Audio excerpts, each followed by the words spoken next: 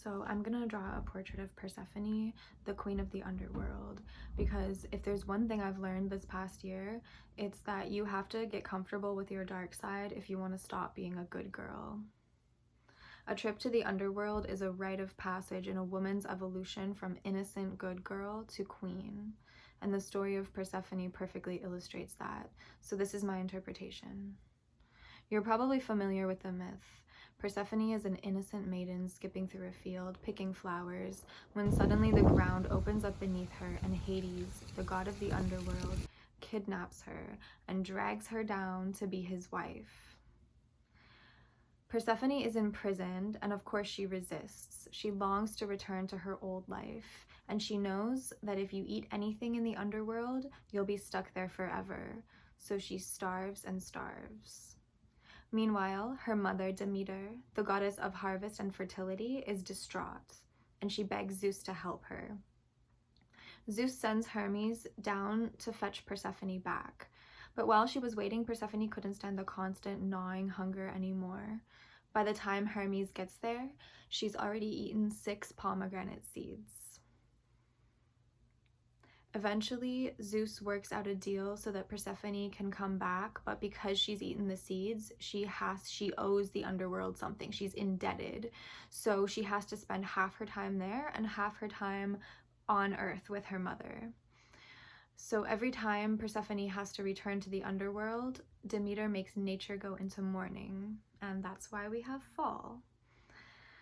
But Persephone herself is different now. After she tasted those pomegranate seeds, she was never the same again. She's no longer the innocent maiden that she used to be, and after she marries Hades, she becomes a queen, the queen of the underworld. The Greeks are definitely afraid of the underworld. It's a scary place. It's a place where humans, you don't know if you're gonna survive, if you're gonna make it out of there alive. I used to be afraid of the dark myself, and for many years I slept with my light on every single night, and my dad used to get upset because he said it wasn't good for sleeping, but it was just my habit. And many of us are taught from an early age that darkness is bad. In the Judeo-Christian tradition, darkness represents evil. And so this is why when a lot of people, myself included, when we first start on our spiritual journeys, we assume that spirituality and magic and everything is all going to be about love and light and all of that stuff. And then you meet the demons and the shadows, and you're like, wait, I thought this was supposed to be rainbows and sparkles and everything happy. No. In reality, over 95% of the universe is comprised of dark matter and dark energy. And these are two different things. That's a whole other topic. But the point is that all of this love and light that we're taught to worship is only a small fraction of our universe. So darkness is not actually evil. It simply represents the unknown. And there's a lot of power that comes from walking into the unknown, getting in touch with the darkness and learning to command it within yourself. So if you shy away from working with the dark, then you're severely limiting yourself and what you can do and achieve. If you've been taught to be a good girl, then embracing your dark side is probably gonna feel really fucking uncomfortable. But if you struggle with people pleasing like I have for many years, then embracing the dark side of femininity is the antidote that you need. So if we want to talk about this in terms of feminine energy, then the light side of femininity is more about being patient, being understanding, forgiving, etc. Dark femininity is associated with being your true self, being more authentic regardless of how other people perceive you or what effect it might have on them. It's about being fearless, being confident, being passionate, standing up for yourself, being wild, having strong boundaries, and a strong will. And the light side of feminine energy is beautiful, and that doesn't mean we have to stop being kind, but because of the way that we're socialized, we tend to overemphasize the qualities of understanding and forgiveness and compassion, and as a result, we become good girls and people pleasers. And it's not our fault. The patriarchy benefits a lot from the light side.